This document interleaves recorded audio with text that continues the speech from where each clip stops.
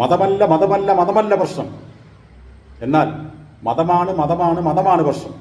ഇത് ഞാൻ പറഞ്ഞല്ലോ കേട്ടോ. ഇത് മതേതരത്വം പൂത്തു നിൽക്കുന്ന നമ്മുടെ മുസ്ലിം ലീഗിൻ്റെ MLA KM ഷാജി പറഞ്ഞാണ്. 9.5 വർഷക്കാലം ഞങ്ങൾക്ക് ഭരണം നഷ്ടപ്പെട്ടു.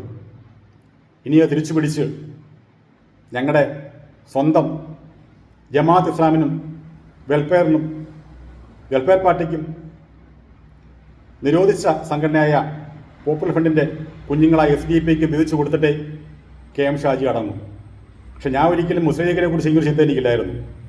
പച്ച വർഗീയത, മതമാണ് ഞങ്ങൾക്ക് വലുത്, ആ മതത്തിലൂടെ ഞങ്ങൾ ഭരണം നേടി ഞങ്ങളെല്ലാം 9 വർഷക്കാലം നഷ്ടപ്പെട്ടതെല്ലാം ഞങ്ങൾ വാങ്ങിച്ചിരിച്ച് കൂടെ നിൽക്കുന്ന ഈ പറഞ്ഞ വ്യക്തിയെ കൊടുക്കും. കോൺഗ്രസിൻ്റെ ഗതികേട് നോക്കണേ. ഒരു ഇന്ത്യ ഭരിച്ച പാർട്ടിയായിരുന്നു കോൺഗ്രസ്. ആ കോൺഗ്രസ് ഇന്നത്തെ അവസ്ഥ, വർഗീയവാദികളെ കൂട്ടുപിടിച്ച് കേരളം പിടിക്കാൻ നോക്കുകയാണ്. കർണാടകയിൽ സംഭവിച്ചെന്താ? കോൺഗ്രസ് ഒരു നോക്കുകുത്തിയെ ഭരിക്കുന്നു, SDP അവിടെ വാണങ്ങ് വിലസുകയാണ്. SDP ആരാ? നിരോധിച്ച പോപ്പുലർ ഫ്രണ്ടിൻ്റെ വേറെ സംഘടനയാണ്, എല്ലാവർക്കും അറിയാവുന്ന കാര്യമല്ലേ. ഇത്ര ഒരു ഗതികളിലേക്ക് കോൺഗ്രസ് പാർട്ടി പോയെന്ന് ആലോചിക്കുമ്പോൾ വല്ലാത്തൊരു കഷ്ടം തോന്നുന്നുണ്ട്. ഇതിലൊക്കെ എത്രയോ ഭേദമാണ് നമ്മുടെ പിണറായി സഖാവിൻ്റെ ഭരണം. ഒന്നുമല്ലെങ്കിലും അല്പമൊക്കെ കക്കും, പിന്നെ ലോട്ടറി കച്ചവടം, കള്ള് കച്ചവടം, ഇച്ചിരി പിടിച്ചുപറി, ഇച്ചിരി സ്വർണ്ണമോഷണം, പിന്നെ പീഡനവും അതൊന്നും വലിയ കുഴപ്പമില്ല. ഇതൊക്കെ അങ്ങ് അഡ്ജസ്റ്റ് ചെയ്യാൻ പോകുന്ന കാര്യങ്ങളാണ്. പക്ഷെ ഒരു കാര്യം മാത്രമേ എനിക്ക് പറയാനുള്ളൂ. കോൺഗ്രസ് അധികാരത്തിൽ വന്നു കഴിഞ്ഞാൽ എഴുതി വെച്ചോ എല്ലാവരും കേരളം ഒരു താലിബാനാവും, ഒരു സംശയമില്ല കാര്യത്തിൽ. കാരണം ലീഗിൻ്റെ നിലപാട് ഇതാണ്. കോൺഗ്രസ്സുകാരെ ജമാഅത്ത് ഇസ്ലാമിനെയും പോപ്പുലർ ഫ്രണ്ടിനെയും SDP-യെയും വെൽഫെയർ പാർട്ടിയും കക്ഷത്തി വെച്ചുകൊണ്ട് പറയുന്നതാണ് BJP-ക്കാരന്മാർ വർഗീയവാദികളാണ്. ഒന്ന് ആലോചിച്ച് നോക്കി. ഒറ്റയ്ക്ക് നിന്ന് മത്സരിച്ച് ഇന്ത്യ ഭരിക്കുന്ന ഒരു പ്രസ്ഥാനത്തോട് പറയാം ഒരു വർഗീയവാദികളാണ്. സത്യത്തിൽ എത്രയോ ഭേദമാണ് പിണറായി സർക്കാർ എന്നറിയുമോ? ഇനി എൻ്റെ അഭിപ്രായത്തിൽ വരും കാലങ്ങളിൽ ഒരു സംശയം വേണ്ട, കേരളം ഭരിക്കാൻ യോഗ്യൻ പിണറായി തന്നെയാണ്. നിങ്ങൾക്ക് എന്തെങ്കിലും ബുദ്ധിമുട്ട് അവിടെ കൊടുക്കാൻ ബുദ്ധിമുട്ടുണ്ടെങ്കിൽ നിങ്ങൾ BJP-ക്ക് കൊടുക്കുക. ഈ രണ്ട് പാർട്ടിയിൽ ആർക്കെങ്കിലും നിങ്ങൾക്ക് ഇഷ്ടപ്പെട്ട് വോട്ട് കൊടുക്കുക. പക്ഷേ കോൺഗ്രസിന് വോട്ട് കൊടുത്താൽ ഞാൻ തുറന്ന് പറഞ്ഞു തരാം, കുലപുരുഷന്മാരും അച്ഛന്മാരും ശ്രദ്ധിച്ചോ, കോൺഗ്രസിന് വോട്ട് കൊടുത്ത് വിജയിപ്പിച്ച് കഴിഞ്ഞാൽ കേരളം ഭരിക്കുന്നത് ഈ പറഞ്ഞ ജമാഅത്ത് ഇസ്ലാമും മുസ്ലിം ലീഗും പോപ്പുലർ ഫ്രണ്ടും SDP-യും വെൽഫെയർ പാർട്ടിയായിരിക്കും. കോൺഗ്രസിന് യാതൊരു റോളുമില്ല.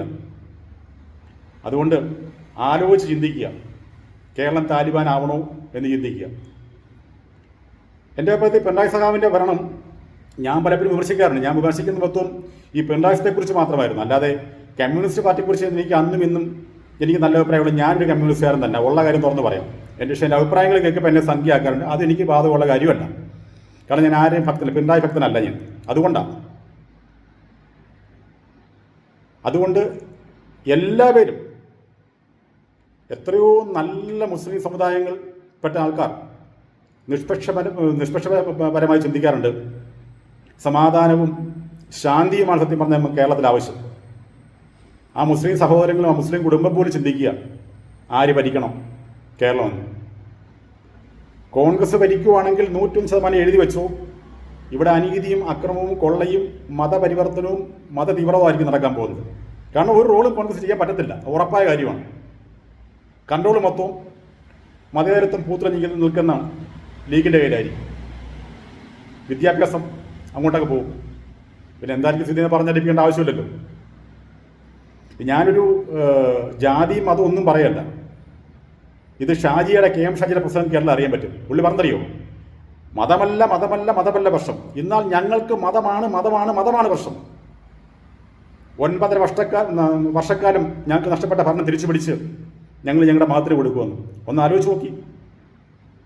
കേരളത്തിൽ ഏറ്റവും താഴെ കിടന്ന് ന്യൂനപക്ഷത്തിൽ കിടന്ന ആൾക്കാരിപ്പം 2ാം സ്ഥാനം വന്നിരിക്കുക. എന്നിട്ട് അവർ പറയാണ് കേരളം ഭരണം പിടിച്ചിട്ട് ഞങ്ങളുടെ മതത്തിലുള്ള ആൾക്കാർ കൊടുക്കുമെന്ന്. എത്രമാത്രം ഭീകരതയെന്നറിയുമോ? സത്യത്തിൽ അവനെയൊക്കെ പാകിസ്ഥാനിലല്ലേ പോകേണ്ടത്? ഉള്ള കാര്യം പറഞ്ഞു കഴിഞ്ഞാൽ ഒന്നീ താലിബാനിലോ പാകിസ്ഥാനിലോ ഉണ്ടാക്കണം. അതുകൊണ്ട് ചിന്തിക്കുക.